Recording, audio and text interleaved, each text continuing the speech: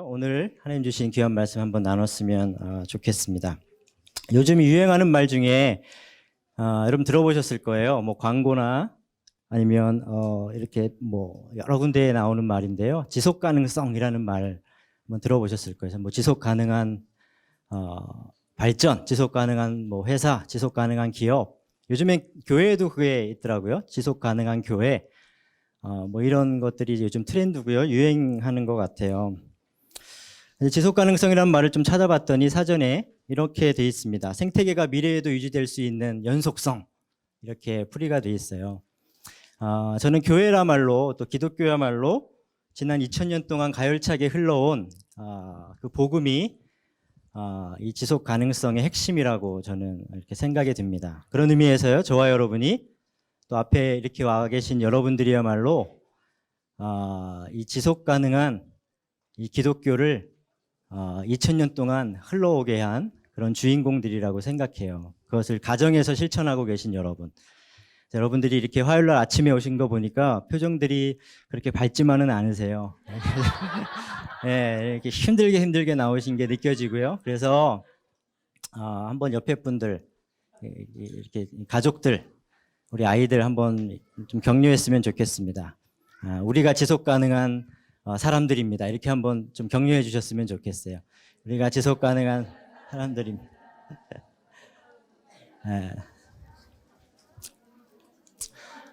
저와 여러분 이런 사람들 때문에 이 기독교가 2000년 동안 흘러온 게 아닌가 그렇게 생각이 듭니다.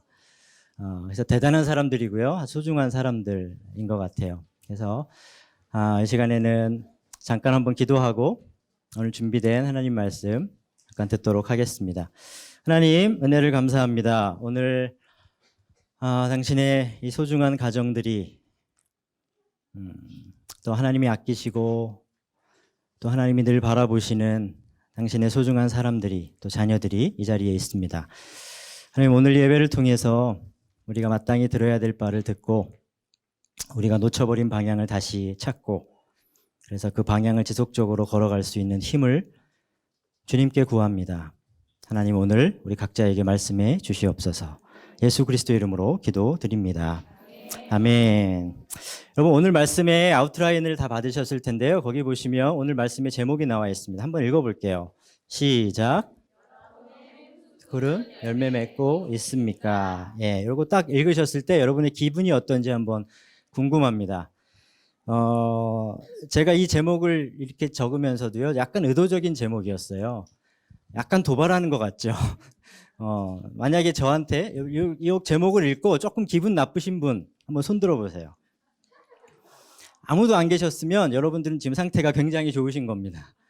근데 만약에 제가 이렇게 설교를 들으러 왔는데 제목을 딱 봤는데 여러분의 홈스쿨은 뭐 이렇게 뭐라고요? 열매 맺고 있습니까? 이런 말을 들으면 전 기분 굉장히 좀 안 좋을 것 같아요. 이렇게 힘들게 열심히 하고 있는데 열매 맺고 있냐고 물어보고 이렇게 도발하는 거야? 조금 화가 날 것 같아요. 저는 이렇게 속이 이렇게 넓지 않거든요. 그래서 오늘 그 제목을 지면서 약간 의도적인 제목을 줬습니다. 왜냐하면 열매라는 말의 어떤 뉘앙스가요, 우리를 좀 불편하게 하는 면이 있어요.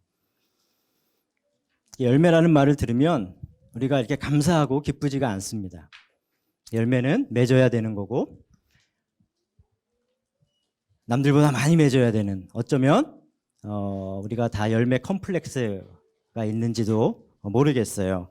그렇지만 오늘 이 말씀을 들으면서 우리가 열매에 대한 부분들을 또 그 안에 함축된 하나님의 그 놀라운 사랑, 하나님의 그 열매를 누린다는 것이 얼마나 축복이고 얼마나 큰 특권인지를 다시 깨닫게 됐으면 좋겠습니다.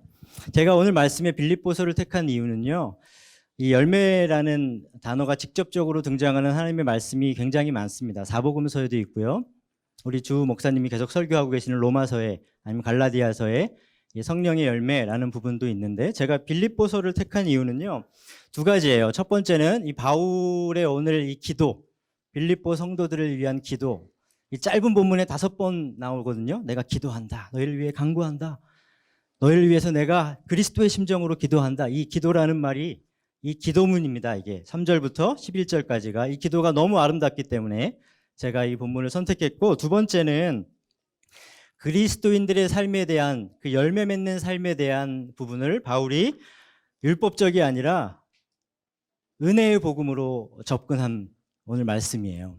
그래서 오늘 이 말씀을 듣고 저와 여러분도 열매를 내가 맺어야 되는 어떤 율법적인 부분이 아니라 오늘 바울이 설명한 것처럼, 바울이 사람들에게 선포한 것처럼 이 열매가 정말 엄청난 것이구나. 열매를 이미 내가 누리고 있고 내가 맺고 있구나. 내가 열매 안에 살아가고 있구나. 그 부분들이 우리 안에서 회복되는 시간들이 됐으면 좋겠습니다. 여러분, 오늘 바울의 이 빌립보서 1장을 보면 여러분 쭉 한번 1절부터 오늘 아이가 이렇게 읽어서 너무 감사했는데요. 여러분 그 아웃라인을 보시면 본문이 안 나오죠. 성경을 좀 찾아보시면서 같이 한번 읽어봤으면 좋겠습니다. 쭉 눈으로 한번 보시면서 찾아보세요. 오늘 아이들이 읽는다 그래서 제가 일부러 세번역으로 가지고 왔고요. 아이들이 이해하기가 더 훨씬 편할 것 같습니다. 간사님 여기 1절부터 이렇게 띄워주시면 좋을 것 같고요. 오늘 본문을 짧게 요약해드리면 바울은 사랑하는 그리스도인의 삶 전체를 이 부분에서 다루고 있습니다. 바울은 지금 어디 있죠, 여러분? 우리 어린아이들 제일 무서운 데가 어디예요? 감옥이죠. 예, 바울은 지금 감옥에서 이 편지를 쓰고 있습니다. 옛날에는 이 종이가 흔하지 않았고요.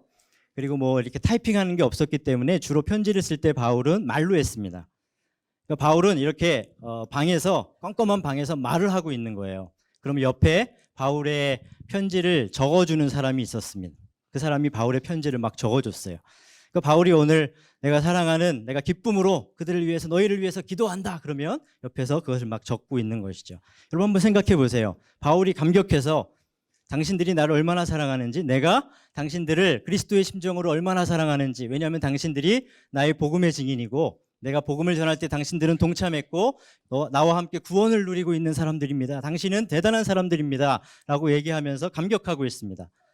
그럴 때 옆에 있는 사람들이 막 적었겠죠. 여러분 한번 생각해 보세요. 그 자리에 바울하고 편지를 쓰는 사람 2명만 있던 것이 아닙니다. 그 감옥을 지키고 있는 누구도 있어요? 간수들이 있어요. 여러분이 간수라고 한번 생각해 보세요. 죄수의 신분으로 칼을 차고, 칼은 옆에 차는 칼이 아니고요.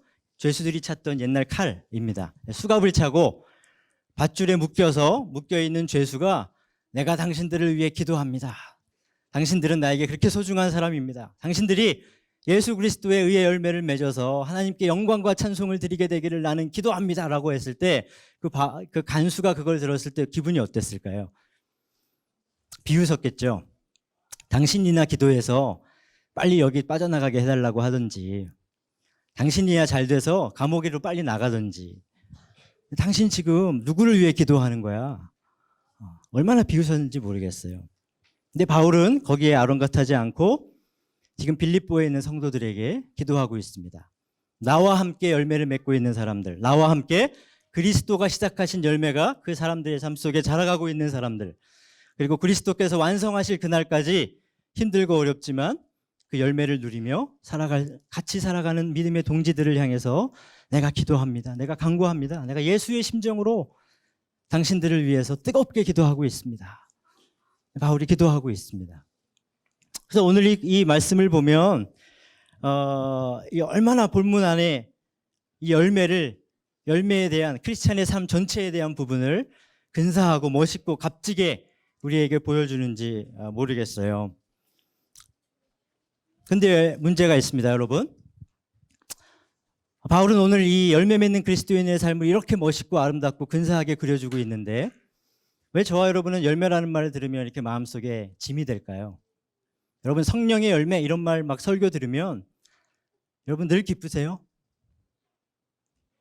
늘 할렐루야, 하나님 내가 열매 맺고 있습니다 막 그러면서 늘 그렇게 찬양이 나오나요?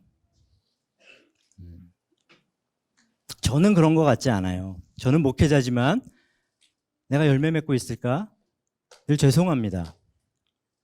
우리 가정이 열매 맺는다고 잘 눈에 보이지 않습니다. 우리 교회가 열매 맺는다고 잘 모르겠어요. 그런데 오늘 우리 안에 열매에 대한 오해들이 있습니다. 우리 안에 뿌리 깊게 박혀있는 열매에 대한 오해들을 한 4가지 정도로 제가 요약해 봤는데요. 이런 것들이 해결될 때 우리 안에 다시 맺어가고 있는 열매에 대한 감격이 우리 가슴에 회복될 거라고 저는 생각합니다. 첫 번째 오해는요. 여러분 신앙생활은 오해를 이해로 바꾸어가는 과정이잖아요.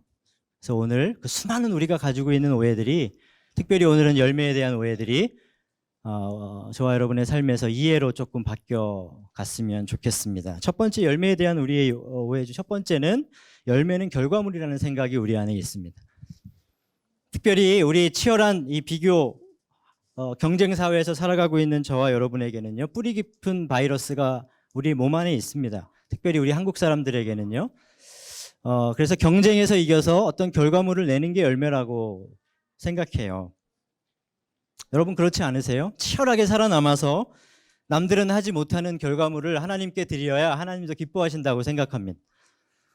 그래서 우리는 열매라고 생각하면 마음에 부담이 없고 마음에 짐이 생기는 것 같아요. 이것은 어떤 맺어드려야 되는 건데 나는 희생하더라도 하나님께 맺어드려야 하나님이 기뻐하시는 거죠. 하나님이 칭찬하시는 거죠.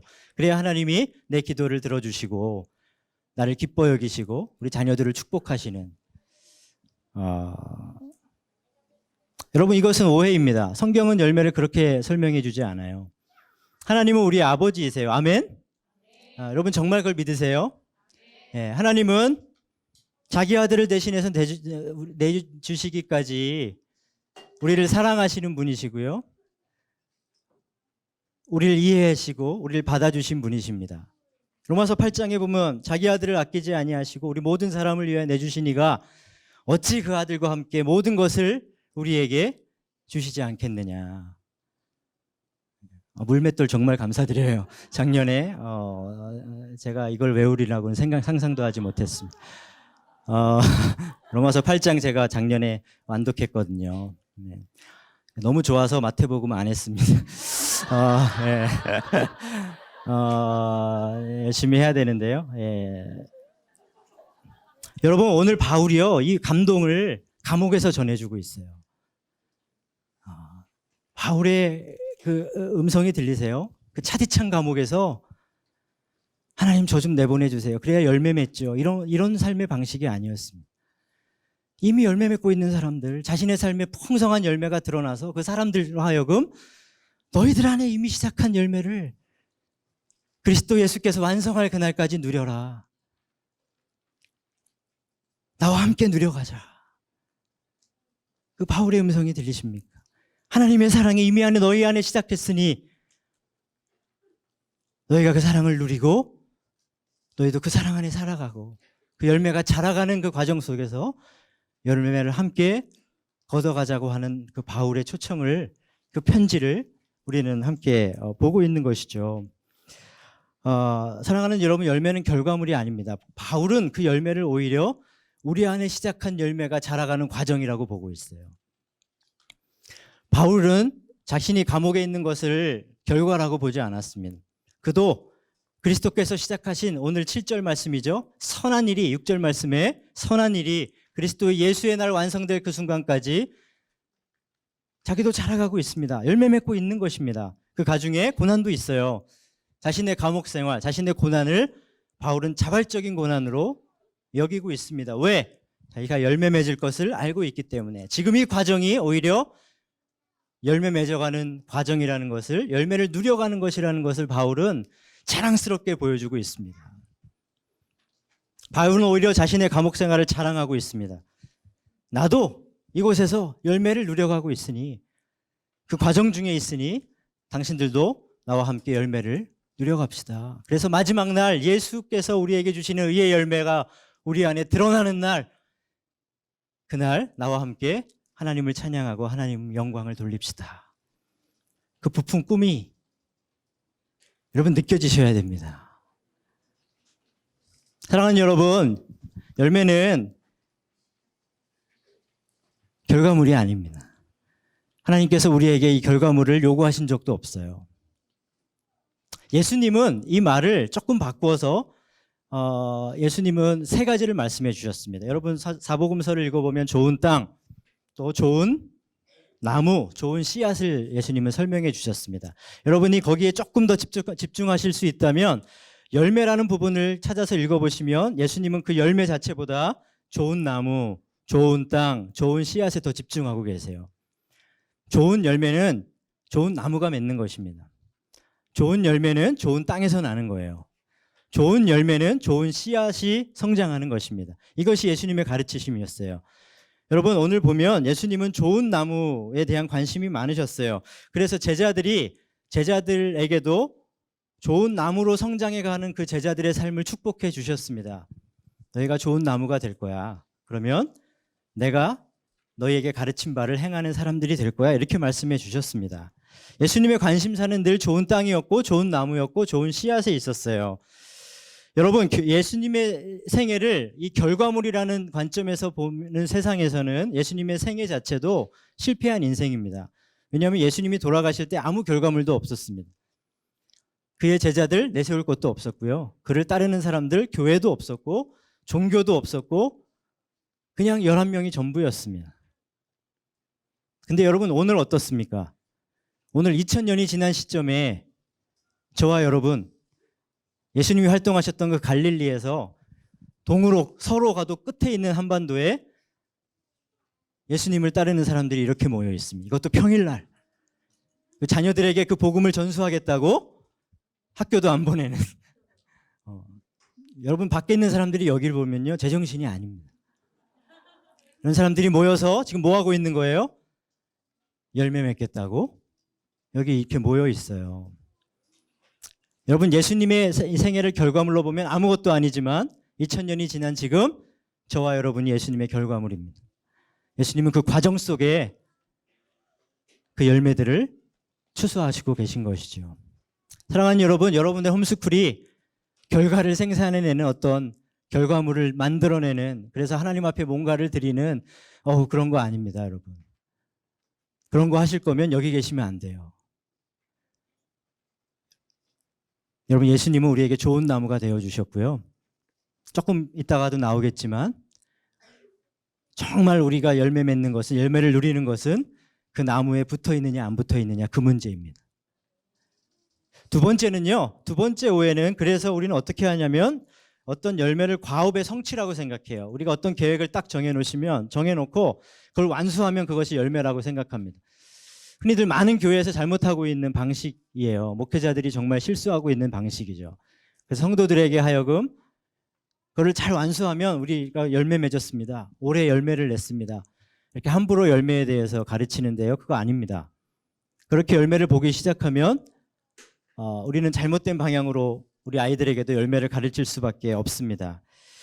여러분, 오히려 열매는 맺는 것이 아니라요, 좋은 땅이라는 기반 안에 있는 것이라고 성경은 설명해 주고 있습니다.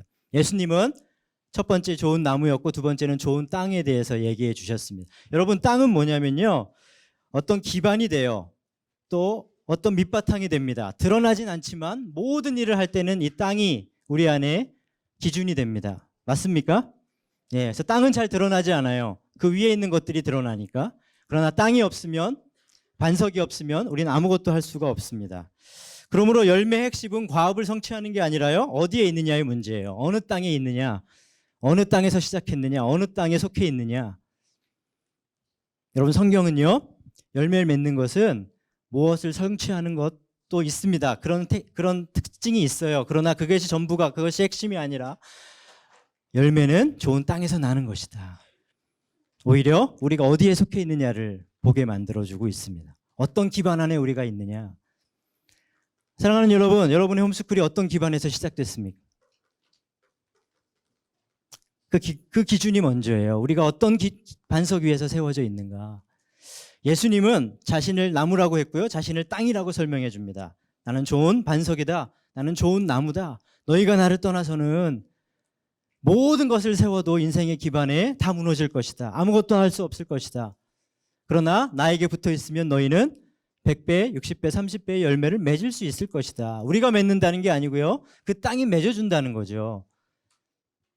여러분, 저는 이 GHSA가 너무 감사해요. 우리 아이가 7살 때 제가 소개를 받고 이 토요일 요일 그 당시 아버지 학교가 있었거든요. 아버지 학교에 나와서 제가 5주인가요? 6주 동안 이렇게 훈련 받고 또 아내를 설득해서 이렇게 홈스쿨을 시작하게 됐습니다.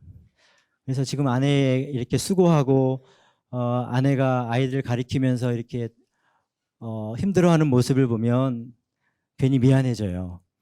내가 시작했는데 내가 하자고 해놓고 잘 도와주지 못하고 그래서 아내가 힘들어할 때 기도해주고 이렇게 하지만 얼마나 소중한지 모르겠어요. 근데 이 GHS의 철학이나 이 방식을 보면서 아까도 목사님하고 얘기했는데요. 어떤 반석 위에 세워져 있는가가 어떤 기반으로 지금 유지되고 있는가, 우리가 어디에 속해져 있는가. 그리스도를 떠나서요 얼마든지 할 수 있습니다. 적당히 받아들여서 세상의 좋은 방식과 타협해서 얼마든지 이 기관 더 키울 수 있습니다. 그러나 늘 우리의 고민은 우리가 어디에 속해져 있는가. 우리가 열심히 해서 과업을 내서 열매를 맺고 우리는 그걸 추구하지 않잖아요. 우리가 어디에 속해져 있고 우리의 시작이 어디인가. 그 다음에 나오는 우리의 오해이죠. 세 번째 오해는요, 열매를 자꾸 보이는 걸로 생각합니다. 가시적인 걸로 오해해요. 눈에 보여야, 눈에 보이는 게 드러나야 우리는 이 열매라고 생각합니다. 그런 부분에 있어서 갈라디아서에서 보여주는 성령의 열매는 우리를 다시 생각하게 하죠. 성령이 맺게 하시는, 성령 안에 속한 사람이 맺는 9가지 그 인격적 모습을 한번 보시면 여러분 눈에 보이는 건 아무것도 없습니다. 여러분 사랑이 눈에 보이세요? 뭐 화평, 기쁨이 눈에 보이세요? 아무것도 보이지 않죠. 눈에 보이지 않는 열매라고 할 수가 있어요. 세상은 자꾸 눈에 보이는 걸 강조하거든요. 뭔가 손에 만져져야 그것이 열매라고 생각합니다. 그러나 그렇지 않습니다. 가끔 제가 교회 사역을 하면서 그런 생각을 해요. 우리 눈에 보이는 걸 하나님도 좋아하실까? 우리 눈에 좋아 보이면 하나님도 좋아하실까? 이런 생각들을 합니다. 여러분, 내 눈에 내 성미에 그리고 내 계획에 맞는 가정을 이뤘다 그래서, 그런 홈스쿨을 만들었다 그래서 하나님도 그걸 기뻐하실까? 아니면 다른 무엇이 있는 것일까? 예수님은요, 그 열매의 핵심은 좋은 씨앗에 있다고 하셨습니다. 여러분, 씨앗은 눈에 보이지 않습니다. 그러나 분명히 있는 거예요. 우리가 추구하는 모든 열매들, 성령이 맺게 하시는 모든 열매들은 잘 눈에 보이지 않습니다. 잘 드러나 있지 않아요. 항상 숨어져 있습니다. 하나님 나라 우리 눈에 잘 보이지 않고요. 그 안에서 살아가는 삶의 백성들 열매 맺는 것 거의 대부분 잘 보이지 않습니다. 오히려 잘 눈에 보이고 잘 드러나게 하고 사람들 눈에 잘 인정받는 것, 그런 거 더 조심해야 될 때가 있어요. 왜냐하면 그게 정말 진짜가 아닐 때가 많거든요. 잘 드러나지 않습니다. 여러분이 홈스쿨 하셔서 기도하시고 눈물 흘리시고 힘든 과중에 그렇게 견뎌내면서 하시는 것 잘 눈에 드러나지 않습니다. 1년 한다고 해서 그런 과업들이 잘 눈에 보이지 않죠. 잘 열매가 눈에 보이지 않을 때가 있습니다. 그럴 때 어떻게 해야 됩니까? 우리가 실망해야 됩니까? 그렇지 않습니다. 여러분, 예수님은 좋은 씨앗은 숨겨져 있다라고 말씀해 주세요. 그러나 끝까지 인내하며 참고 기다리는 자는 열매를 볼 것이다. 그렇게 얘기를 해 주셨습니다. 여러분, 제가 제 아내를 이렇게 얼마 전에 결혼 12주년이죠. 예, 그래서 여행을 잠깐 다녀왔는데요. 아직도 저는 제 아내를 수연이라고 부릅니다. 로맨틱하죠. 예. 저는 여보라는 말이 더 이렇게 좀 쑥스러워요. 그래서 이렇게 이름을 부르는데요. 제가 제 아내를 사랑하는 것은 눈에 잘 보이지 않아요. 근데 말투에서 드러납니다. 표정에서 드러나고요. 용돈에서 드러나고요. 예, 그리고 아내를 묵묵히 도와주는 데서 그런 건 드러나게 되어 있습니다. 예, 말로 드러나는 것이 아니죠. 여러분, 성령의 열매, 우리가 추구하는 진정한 열매들은요, 잘 드러나지 않아서 잘 보이지 않을 때가 있어요. 그러나 분명히 있습니다. 분명히 있습니다. 여러분, 홈스쿨에 나는 열매가 없어. 특별히 우리 어머니들, 나는 재능이 없나 봐. 나는 은사가 없나 봐. 내가 지금 애기 망치고 있는 거 아닐까? 그런 두려움이 있으시죠? 예. 여러분, 잘 드러나지 않아요. 그러나 분명히 우리는 좋은 씨앗에 속해져 있습니다. 여러분, 그것이 파트 2로 넘어가는 핵심입니다. 내가 좋은 땅, 좋은 반석, 좋은 씨앗에 속해져 있는가? 그 문제예요. 결국엔 그 문제예요. 그래서 마지막 오해는 상급을 위한 것이다. 아닌 거 알고 계시죠? 열매는 상급을 위한 열매가 아니고요. 지금 이 땅에서 살아가는 누리는 문제예요. 지금 우리가 얼마나 하나님을 누리고 살아가는가. 그래서 이 열매는 우리의 과제물이 아닙니다. 열매는 하나님의 선물입니다. 이건 너무 중요해요. 여러분, 이거는 오늘의 설교의 핵심인데요. 한번 따라해 보시겠어요? 열매는 과제가 아니다. 하나님의 선물이다. 여러분, 이거는 정말 믿으셔야 됩니다. 열매는 우리를 열매 맺기 위해서 이 땅에 놔두신 것이 아니고요. 열매를 누리라고 이 땅에 놔두신 거예요. 열매를 맺으라고 여러분의 가정을 세우신 게 아니고요. 열매를 누리라고 여러분의 가정을 만드신 거예요. 여러분, 정말 열매를 누리고 계세요? 그럼 열매가 뭔지를 아셔야 됩니다. 우리는 열매를 누리는 법을 배우지 못했습니다. 아쉽게도 여러분, 홈스쿨에서 정말 하셔야 되는 것은 열매를 누리는 것을 자녀들과 함께 배워가십시오. 열매를 정말 누리고 그게 얼마나 풍성한지를 누려가는 것. 그래서 점점 아이들이 자랄수록, 부모님들이 자랄수록 이게 정말 하나님의 열매다. 우리 가정에서 눈에 보이는 것이 없더라도 우리 어머니들, 우리 아버님들이 풍성해지는, 그 열매로 깊어지는, 서로 열매라고 칭찬하고 그것을 누려가는 그 가정이 하나님이 정말 주시고자 하시는 우리의 삶이라고 저는 생각이 돼요. 여러분, 이거를 위해서는요, 이 오해를 우리의 삶에 완전히는 없앨 수 없을 거예요. 그러나 상당 부분 이 오해들을 해소하기 위해서는 우리의 정체성을 다시 돌아봐야 됩니다. 이것이 핵심입니다. 두 번째 파트에서는요, 우리의 정체성의 문제를 이야기하고 있어요. 누가 열매를 맺는가? 이 열매에 대한 오해를 조금 벗어나게 되면 이제는 이 열매를 맺는 것이 아니구나. 이제는 누가 열매를 맺게 되는가의 문제로 방향이 바뀌는데요. 이것은 우리의 정체성에 대한 문제예요. 여러분, 바울의 글을, 성경을 읽다 보시다가 어느 부분을 뚝뚝뚝 잘라도 바울의 글에는 우리가 누구인가에 대한 부분들이 등장해요. 왜냐하면 바울 복음의 핵심은 뭐예요? 우리가 누구인가에서부터 시작합니다. 우리가 누구인가. 아마도 오늘날 여러분들의 가정에서, 우리들의 가정에서, 저와 여러분의 가정에서 우리 자녀들이 누구인가만 확실하게 우리가 보여줄 수 있다면, 가르쳐 줄 수 있다면, 저는 우리 홈스쿨이 하나님 보시기에 완벽하다라고 생각합니다. 우리 가정에서 엄마 아빠가 누구이니까, 엄마 아빠는 누구고 너희들은 누구다. 이 부분이 우리 안에서 정말 우리가 믿고 우리가 확실해지는 부분입니다. 그렇지 않으면 우리는 세상 속에서 흔들릴 수밖에 없습니다. 이 열매에 대한 오해들을 계속해서 가지고 갈 수 없고요. 그게 우리 세대에서 끝나면 좋겠는데 우리 자녀들에게까지 물려줄 수밖에 없습니다. 여러분, 우리 두 번째 파트에서는 세 가지를 이야기할 텐데요. 제가 오늘 시간이 짧아서 오늘 이 세 가지를 한꺼번에 말씀을 드리려고 하고 있어요. 이 한 가지 한 가지만 해도 워낙 중요한 부분들인데 제가 하는 데까지 한번 해보겠습니다. 누가 열매를 맺는가? 이 정체성에 대한 부분입니다. 성경은 우리에게 늘 정체성을 대해서 얘기해요. 예수님도 그러셨고요. 바울은 더합니다. 우리가 누구인가? 그게 가장 중요한 이슈입니다. 첫 번째, 바울은 오늘 빌립보서에서 세 가지를 얘기합니다. 우리는 첫 번째, 복음을 전하는 일에 참여하는 사람들이 됐습니다. 5절이었죠. 너희는 복음 전하는 일에 참여한 자가 되었다. 두 번째는요, 6절이었죠.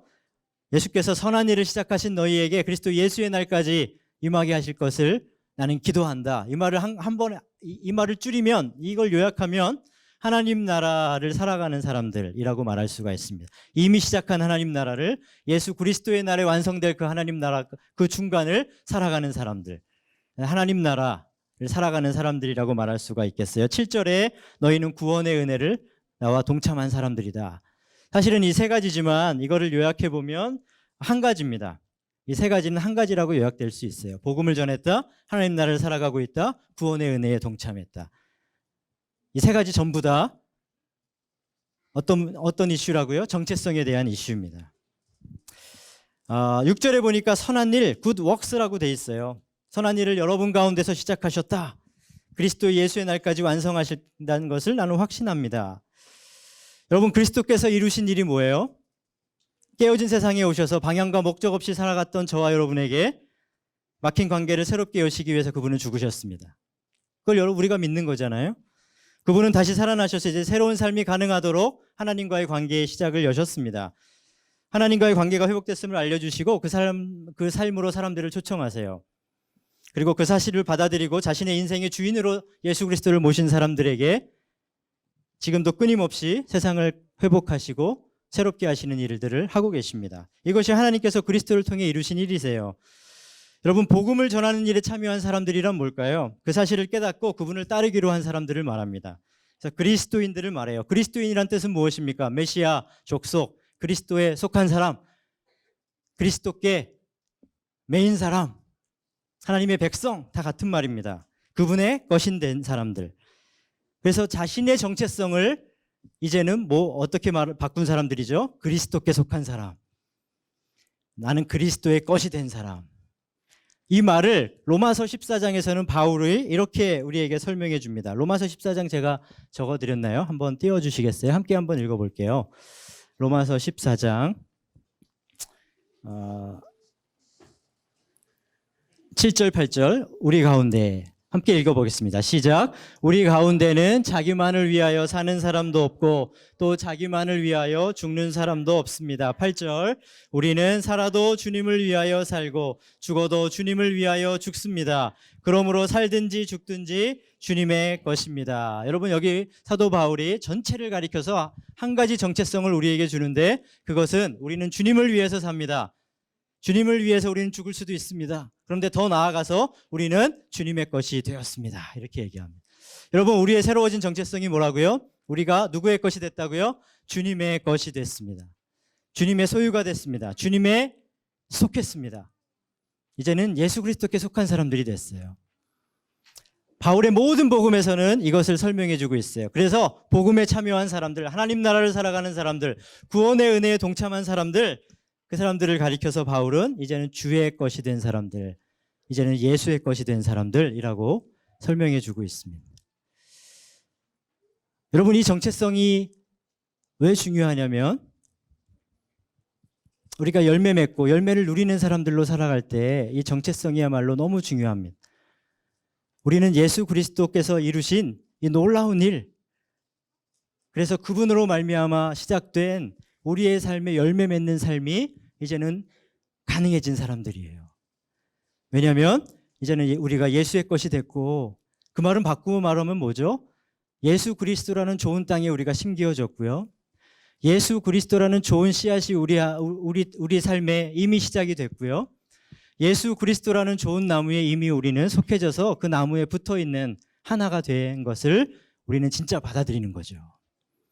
예수님의 핵심이 어디였습니까? 예수님이 열매 맺는 삶의 핵심이 어디 있다 그랬어요? 좋은 나무에 붙어 있으면, 좋은 땅에 심기어져 있으면, 좋은 씨앗이 뿌려져 있으면 너희는 예수께서 주시는 의의 나무가 의의 열매를 맺을 것이다. 사도 바울은 오늘 말씀의 핵심인 11절에 뭐라고 되어 있습니까? 예수께서 주시는 의의 열매를 너희는 가득 안고 그 마지막 날 하나님께 영광과 찬송을 올려드릴 것이다. 여러분, 우리가 드리는 영광과 찬송은 예수님께서 행하신 일들을 우리가 기꺼이 받아들이고 우리가 좋은 땅, 좋은 나무, 좋은 씨앗에 속해져 있다는 것을 정말 누리게 될 때 우리의 영광과 찬송은 자연스럽게 나오는 것입니다.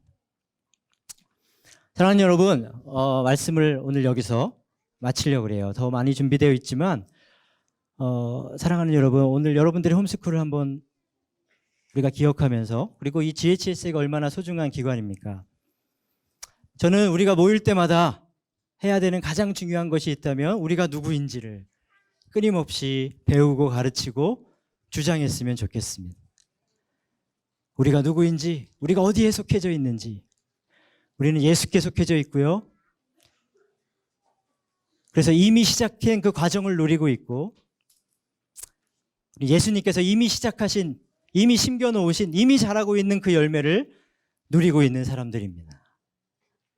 그래서 여러분 모이실 때마다 이렇게 격려하셨으면 좋겠어요. 누구누구 자매님, 누구누구 뭐 집사님, 사모님, 열매 잘 누리고 계시죠? 사모님의 인생의 열매가 보이는 것 같아요. 너무 감사해요. 모이실 때마다 그걸 주장하는 것이죠. 제 삶의 열매를 잘 누리고 있습니다. 그것이 차마 눈에 잘 보이지 않아도 우리는 믿음으로 그것을 확신하고 믿음으로 그것을 고백할 수가 있습니다. 여러분, 믿음은 뭐예요? 성경이 규정하는 바를 정말 받아들이는 것입니다. 성경이 나와 세상에 대해서 규정하는 바를 진짜 받아들이는 게 믿음이에요. 성경은 뭘 주장하고 있어요? 우리가 그리스도 안에 있다는 것을 주장합니다. 그래서 정말 받아들여서 우리 홈스쿨이, 이 GHS가 정말 그 열매를 누려가는, 정말 그리스도 안에서 그것을 함께 누려가고 함께 걸어가고 함께 이겨내는 그런 기관과 저와 여러분의 홈스쿨이 될 수 있었으면 좋겠습니다. 여러분, 오늘 9절의 마지막 구절 함께 한번 읽어보고요. 나머지 찬양했으면 좋겠습니다. 11절 한번 띄워주시겠어요? 우리가 하나님을 찬양하고 우리 홈스쿨이 하나님께 영광 돌리는 이유는 바로 여기에 있습니다. 함께 읽어보겠습니다. 시작. 예수 그리스도께서 주시는 의의 열매로 가득 차서 하나님께 영광과 찬양을 드리게 되기를 나는 기도합니다. 아멘. 여러분, 오늘 우리 옆에 있는 분들 자신의 홈스쿨을 위해서 한번 그 마음이 한번 두셨으면 좋겠어요. 오늘 저 말씀 다시 한번 띄워주시겠어요? 여러분의 홈스쿨에 다 이름이 있죠? 학교 이름. 그걸 앞에 한번 붙여봅시다. 저의 홈스쿨은 소망학교거든요. 저는 이렇게 한번 읽어보고 싶어요. 우리 소망학교가 예수 그리스도께서 주시는 의의 열매로 가득 차서 하나님께 영광과 찬양을 드리게 되기를 나는 기도합니다. 우리 소망학교가요, 열매를 맺는 거 아닙니다. 소망학교는요, 예수께서 주시는 의의 열매를 온전하게 받고요, 누려가고요, 그 선물의 특권을 이 세상에서 살아내는 사람들입니다. 한번 여러분의 이 학교 이름을 한번 앞에 넣어서 자녀들과 한번 읽어봤으면 좋겠어요. 한번 시작. 소망학교가 예수 그리스도께서 주시는 의의 열매로 가득 차서 하나님께 영광과 찬양을 드리게 되기를 나는 기도합니다. 아멘. 끝까지 우리가 모일 때마다 그 이유 하나 때문에 우리가 하나님을 찬양하고 기도하고 예배하고 하나님께 영광을 돌리게 되는 우리 모든 홈스쿨 되기를 주님의 이름으로 축복합니다.